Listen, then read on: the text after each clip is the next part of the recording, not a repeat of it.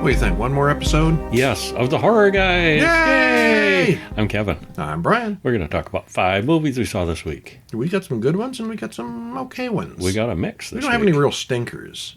Oh. Do we? Kinda. Oh, Kevin's in a hater mood. I'm in a hater mood on one of them. Okay. Well, as always, this is brought to you by HorrorMonthly.com, where you can pick up all our reviews in print form every month. Issue 56 is available now. Check that out on Amazon or wherever you buy your books. It's out there right now. Wherever fine books are sold. Or, if you're cheap and don't want to support the show, go over and read the reviews for free at HorrorGuys.com. Or get them in your email box once a week at HorrorWeekly.com. However, whenever you like your horror reviews, we got something set up for you. We do. Here we just give you a little taste. Just samples, yeah. And we don't spoil them. And our opinion of whether you should see it or not. Some of them were spoiled when they were released. Yeah, they're good about doing that. This movie sucks. Director spoiled it. Yeah, they showed everything in the preview. Yeah, that too. They showed the surprise in the preview. They do that sometimes. They do. Yeah. And, well, what do we have this week? We got a bunch of new stuff. We got They Will Kill You, We're Not Safe Here, Touch Me, and The Yeti, all from 2026. The last time I told a Yeti to touch me, I regretted it. We're not safe here because I was touched by a Yeti. And a little back in time, The Hills Have Eyes Part 2 from 2007. The second Part 2 movie. The second remake, yes. Complicated. A remake of the sequel. All right. Okay. Well, let's start out with They Will Kill You. Will they, though? Well, it's my favorite of the week. Yes, it was. 2026, They Will Kill You, directed by Kirill Sokolov. Written by Kirill Sokolov, Alex J. Litvak, Dan Berk, and Robert Olsen. Stars Zazie Beetz, Patricia Arquette, and Myha'la. 1 hour and 34 minutes. And that guy from Harry Potter. That guy, that guy that was... He was a kid in Harry Potter, and now he's just like this old dude. Yeah, he's a man now. Spoiler-free, what happens? A woman hires on as a maid in a luxury high-rise in New York and quickly finds out that everything there is not normal, and things get wilder from there. This is a good one to go into as blind as you can as possible. I had heard this was a very good movie and heard everybody loved it, but I didn't know what it was about. There is much unexpected. It's really well put together, heavy on practical effects and sets, strong cast, and Zazie Beetz especially. I really liked her in the lead. Yeah. Yeah, most excellent movie. Give the folks at home a little taste. Well, 2 sisters are on the run from an abusive father and hide in a convenience store, but they soon get caught. Asia, the older girl, shoots her father in the parking lot just as the police arrive. Asia runs away, but Maria is caught, and turns out goes home with the father who did not die. And then 10 years later. 10 years later, Asia comes to Lily Woodhouse under a different name. She's going to be the new maid in this very high-security-looking building. Asia meets Sharon and the other residents. There are a lot of maids in this place, as well as Ray, Lily's weird husband, and credits roll. Seems to be a building where it's kind of a hotel where there's full maid service and servants, but it's more like a permanent residency. A hotel where no one ever leaves. Yeah, like they're all permanent residents. Yeah. Yeah. Right away, long term. Asia notices something weird in the vents and in the hallway.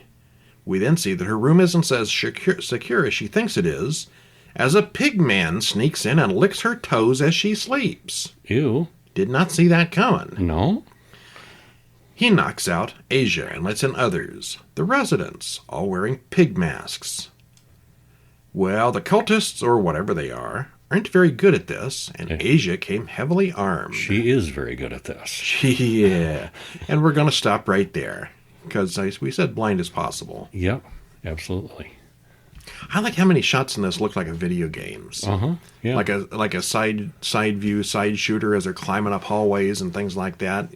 You would almost expect them to go boing, boing, boing as they jump over things. Yeah. This is hilarious. The fight scenes and choreography alone are worth the watch. The fights are so incredibly over the top as to make the whole film.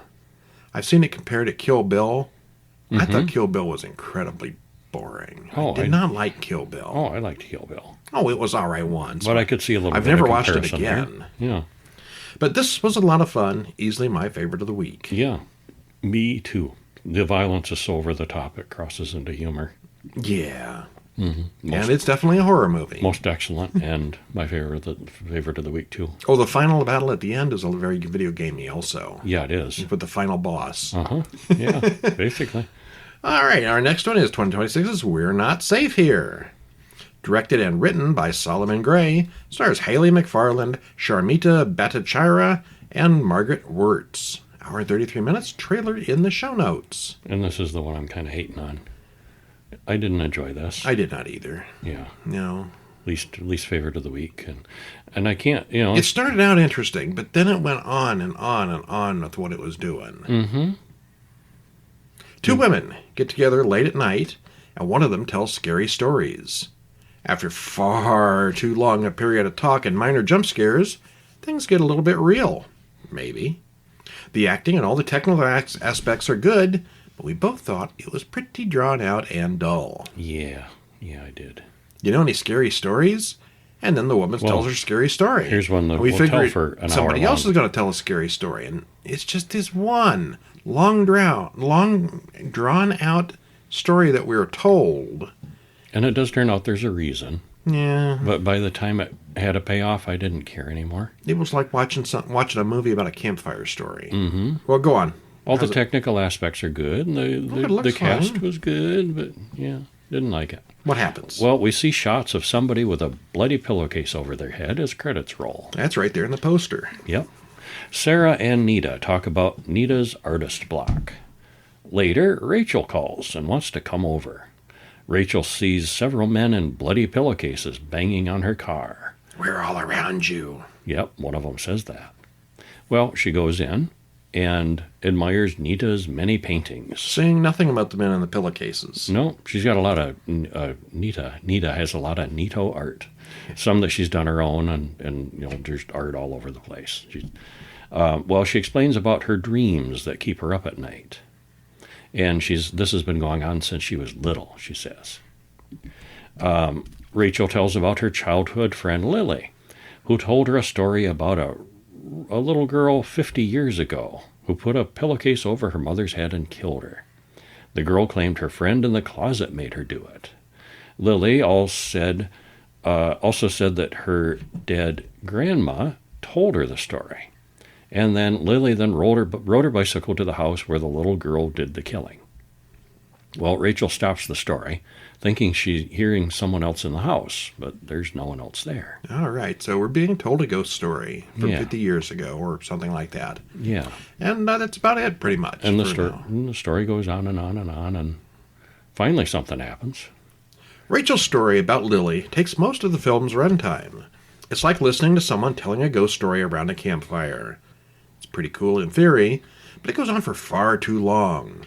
It's like one of those little creepypastas you read on the internet stretched out to an hour and a half. Mm-hmm. The set is interesting. I like those paintings. Yeah. And the acting is fine, but it just takes way too long for anything to actually happen. Something beyond just jump scares between the quiet bits.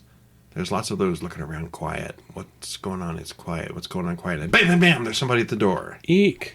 Not a bad guy, just loud noise. Yeah. Well, I thought it was pretty dull, but it might be fun to watch in a dark room all by yourself some night. Yeah, it's definitely got the ghost story vibe down. I turned on my iPad, and I was focusing more on the iPad eventually. More happened on the iPad than on the movie? I was so uninterested in the movie. All right. Yeah. Well, we watched the trailer for Touch Me from 2026 and thought it looked maybe just a little dumb. We weren't sure on this one. The trailer doesn't do it justice. And this is certainly my second favorite of the week. Yep, me too. It's a close second. Written and directed by Addison Hyman. Yeah, this would probably be number one on a different week. Mm-hmm. Stars Olivia Taylor-Dudley, Lou Taylor-Pucci, and Gordon Gavaris. Hour and 40 minutes, and there is a trailer in the usual place. Spoiler-free. Two best friends find their friendship put to the test when they both fall for an alien lover. It's very funny and very weird and beautifully filmed with an excellent script. A lot of it's the dialogue in the script. Plus, there are plenty of horror elements, for sure. The trailer, like we mentioned, doesn't do it justice, and we were both pleasantly surprised how much we enjoyed it. Yeah, it was very good. Yeah. Joey cleans her ear with a Q-tip, and it comes out bloody. There you go, it's a horror movie. Yep, right off the bat. What are you supposed to use Q-tips for? They always say right on the package, don't put them in your ear. What else are they for? That's what they're for, but not officially. We then cut to her in therapy, where she tells a story about meeting an alien in a bar last night. He had a whole story about seeds and saving the earth from climate change. He touched her with his tentacle as well, and then they had sex under glowing trees. There were many tentacles. It's quite a long and convoluted story, and credits roll. Is she crazy? Well, we'll find out. Yeah, we will. Joey then goes home to Craig, her gay bestie, who lets her live with him. She then sees Brian, the alien, in the coffee shop the next day, and he says he misses her. Or is she imagining him? Due to a bathroom disaster, Joey has to get a job. She tries at the local convenience store, and they both whine about their financial situation and considers themselves trash pandas. Craig accidentally watches Joey's alien sex tape. Brian then invites Joey and Craig to his house for the weekend. Yeah, he was an alien, but he was so good at sex she wants to go back. He is quite a house. It's a mansion of a place. They meet Brian and Laura, the housekeeper. Brian admits again that he's an alien and demonstrates to Craig. He does explain that he's allergic to sugar-free lemonade powder. He's also very much into shirtless dancing. We should stop it there because it's weird. Yeah, it is. The lemonade powder, this is his assurance that they're safe because he's got this mass supply of sugar-free lemonade powder, and that's his weakness. And, demonstrates that how vulnerable he is to that. And so, they'll be fine. If anything goes wrong, just inject him with some of that.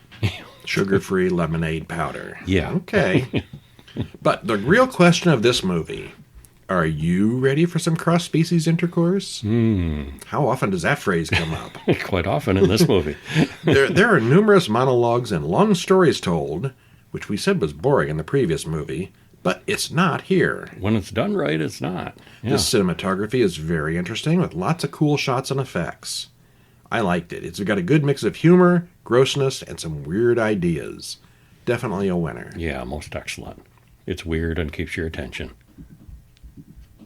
The Yeti from 2026, written and directed by Gene Gallerano and William Pisciotta, stars Brittany Allen, Eric Nelson, Jim Cummings, William Sadler, and Corbin Burnson. 93 minutes. Fear is primal, says the poster. Uh-huh. But when a group vanishes in the wilds of 1947 Alaska, a rescue party of eclectic and eccentric characters, who aren't as eclectic and eccentric as they appear as they're introduced, is sent on a rescue mission.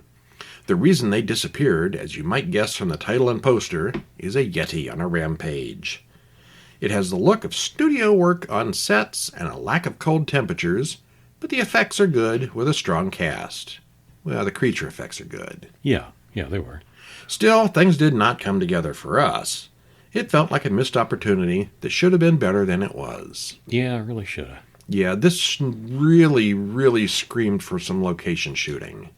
Shoot it outside where it's cold. It wasn't cold. It wasn't cold. It looked like a set. Yes, it did. Yeah, indoors. Well, it's 1947 in the Alaskan Territory. Wasn't even a state yet. An old man has something in a cage. Other men play cards until they hear a roaring outside. One of them asks, "Did you feed it today?" Well, there's a hole in the roof, and one guy climbs up to fix it, and something big pulls him up and tears him apart. Rawr. And credits roll. Then we get a newsreel introducing us to the experts who are going to go find out what happened to the oil exploration crew. And I really like this scene. I figured we were going to get an eclectic group of like superhero types, like Doc Samson or Buckaroo Banzai and his weird friends. Somebody where each one of them is something unique and interesting. And no, they really weren't. They didn't go anywhere with that. You could tell the characters apart, but they weren't nothing special. No, not enough. Yeah. Well, Elaine Bannister gives a lecture on cartography, but all anyone cares about is her famous father. Belle Parker comes to visit her and asks her to join the rescue team, and they want Ellie to lead the search because she's a navigator and a map expert. Well, within a few days in Alaska, some of the crew are already ready to leave. They can't even make camp, so they decide to blow up the ground itself. They went to Alaska in the middle of winter, planning a rescue expedition, and not one of them can put up a tent. What were they thinking? Yeah. Well, that night they talk about monsters, which keeps people from going anywhere they don't belong.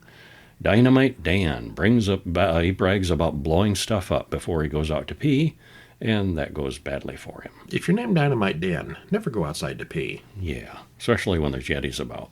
Well, Ellie sees the creature, and soon everyone knows about Dan's death. They all decide to keep on moving to find their missing fathers and the other crew that they've been sent to find. Parker soon goes missing, and everyone splits up to search. That's always a good idea in a horror movie. Yeah. Margaret finds a huge footprint in the snow. She and Coates sees the monster clawing on Parker in the fog. Coates mercy kills Parker as Margaret watches. So they're already getting picked off. All right, and that's basically it. It's a rescue operation where they get picked off. Mm-hmm.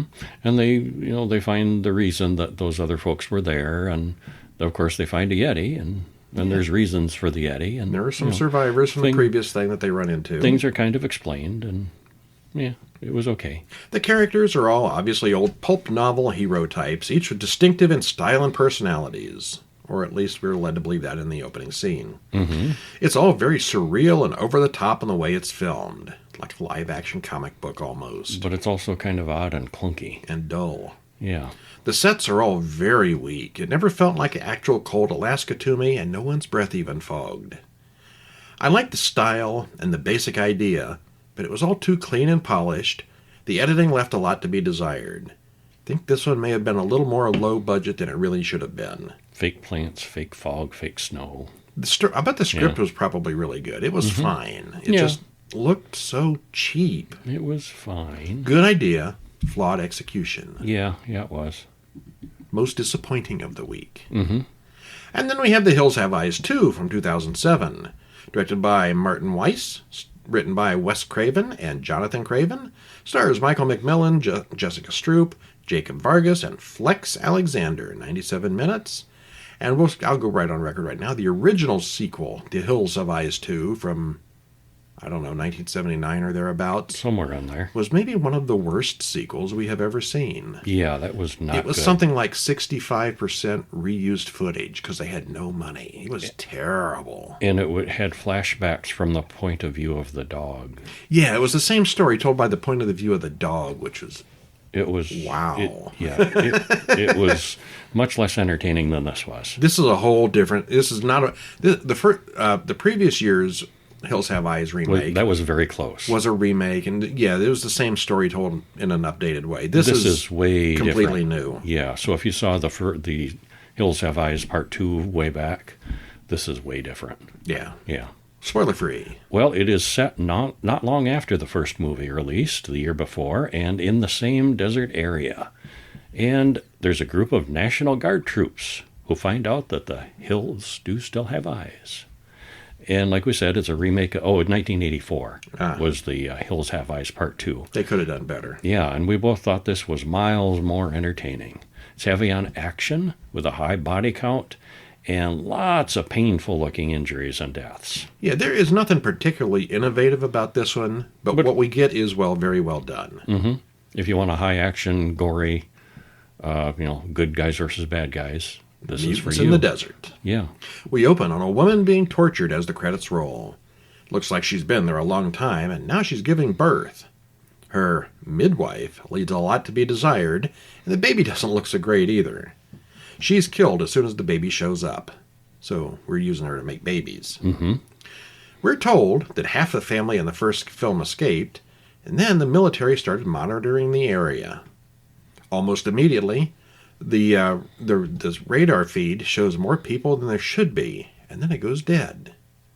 At the army base, people start going missing all at once. Dr. Foster runs into a couple of mutants and dies quickly. Colonel Redding knows what's really going on, but that doesn't save him. No, it does not. So after that first movie, the Army sent a bunch of military out there to check out these mutants. The leader knew there was mutants there, but apparently nobody else did. Didn't tell them. And there was a lot more mutants than they were expecting. And that goes badly. So then they send more soldiers who don't know about the mutants. We cut to a bunch of soldiers under fire in the Middle East. Turns out it's just a drill, and they didn't do very well. The whole squad then ships out to Sector 16, where the old-time atomic testing took place. On the truck, we get to know the soldiers a bit. Yeah, they've done a lot of training, but they're still very green. They're National Guard. They're not Marines, but I don't know the National Guard do anything this severe. Oh, yeah, they did. Yeah, the whole Iraq War thing, and Iraq, and instead of keeping the National Guard here in the U.S. where they're supposed to be, they trucked them all over the place. Do they train them for that, though? I believe so. Okay. At least somewhat, yeah. Not a National Guard person, I don't know. Yeah. The group soon arrives at the top secret base, but wonder where all the people have gone. They see something shiny up in the hills and go to look, leaving one of the characters, Napoleon, behind to guard the latrine, and another one, Amber, to work the radio. Napoleon finds a man in the porta-potty tank, and he ain't happy about it. Someone gave him shallow cuts all over so he'd die slowly of infection, and then dumped him inside the porta-potty. He dies before they can give them much of a warning about what happened. They don't see a thing until the company truck explodes and their weapons are stolen. It goes downhill from there. Yeah, one thing after another. It was far better than the original Hills 2, which was, like I said, one of the lamest sequels ever made. We've already talked about the National Guard training here. But these soldiers are really good at making bad choices at every turn. Why is it that when these kind of things, there's a squad out in the desert or in space on a spaceship fighting or something, it's always the commander that gets killed first? And the soldiers have no idea what to do. Well, they're very much newbies. These are, yeah. Yeah, I mean, they've got a lot of training and the full equipment, but yeah, they're still green. And yeah, unfortunately, when they lose their commander, that doesn't help. No. It's a little formulaic, but it is well done for what it is. Yeah, I enjoyed it. If you like your mutants in the desert, this is one of those movies. I was entertained. Yeah. And, hey, that's all 5 for this week. We'll have to watch more movies. We're going to have to make more, yeah. What do we got? Any idea? No clue neither. whatsoever. We're going to have to find out. It'll be a surprise. Tune in next week when we all learn what we watched. I'm Brian. And I'm Kevin. We'll see you next week. See ya.